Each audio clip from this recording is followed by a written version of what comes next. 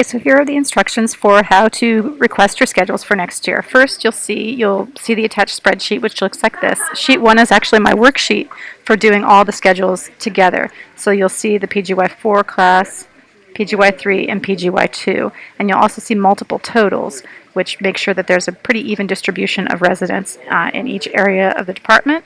Obviously, there are going to be more 4s and 3s during the R2 orientation week, but it's worked out so that there are 7 to 8 R4s at any given time. That's actually a 7, and I'll talk about some of the caveats to these dates as well. There are 9 to 10 PGY3s, and there are 8 to 9 PGY2s. On these occasions where there's 7, there's another PGY 3 or 4 in the ED during that period of time. There's also a pretty consistent amount of people in the PEDS ED, 6 to 7 across the board, and that's what Kelly needs to make the schedule essentially. And then you'll see there's 24 to 25 total residents in the adult ED at all times. I've also made calculations to make sure there's jeopardy at each point. Vacations are pretty evenly distributed, and I did my best to make sure that there weren't really long blocks in the adult ED. Sometimes there are a couple months in a row, but that should be intermittently peppered with PEDS or elective, etc.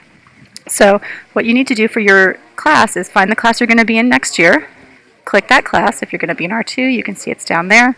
And you're going to put your name here, and then you're going to give me the reason you want the schedule that you want. For example, I'm getting married, I'm having a baby, I want a vacation with my family, whatever your reason for that is.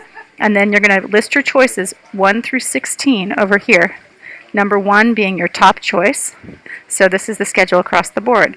It starts July, August, September. You can see the dates here. The actual dates of the month are there. When it switches to another month, for example, in this block, you can see it goes from July 28th to August 3rd.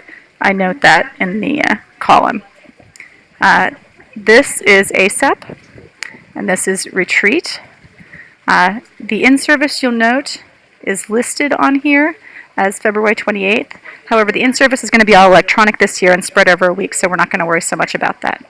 So what you want to do is choose the schedules that you want that fit your needs the best. For example, say you need this vacation time off. This might be scheduled number 1, and this might be scheduled number 2 for you. List again 1 through 16.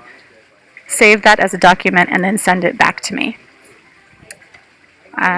As far as people's vacation requests, I'm usually able to honor everyone's vacation requests, even if you don't have the ideal block schedule that you want. Sometimes we can switch things around to make it work.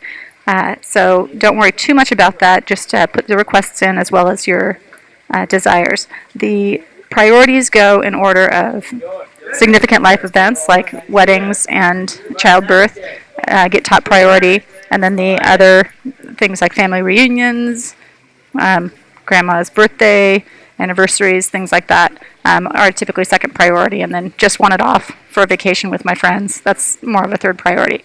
So I'll do the best I can. I've been able to get people in their top 3 to 4 choices every year since I've been doing this, so hopefully I will continue that trend. Send those back to me, and look at the email for details for the deadlines. Thanks. Bye.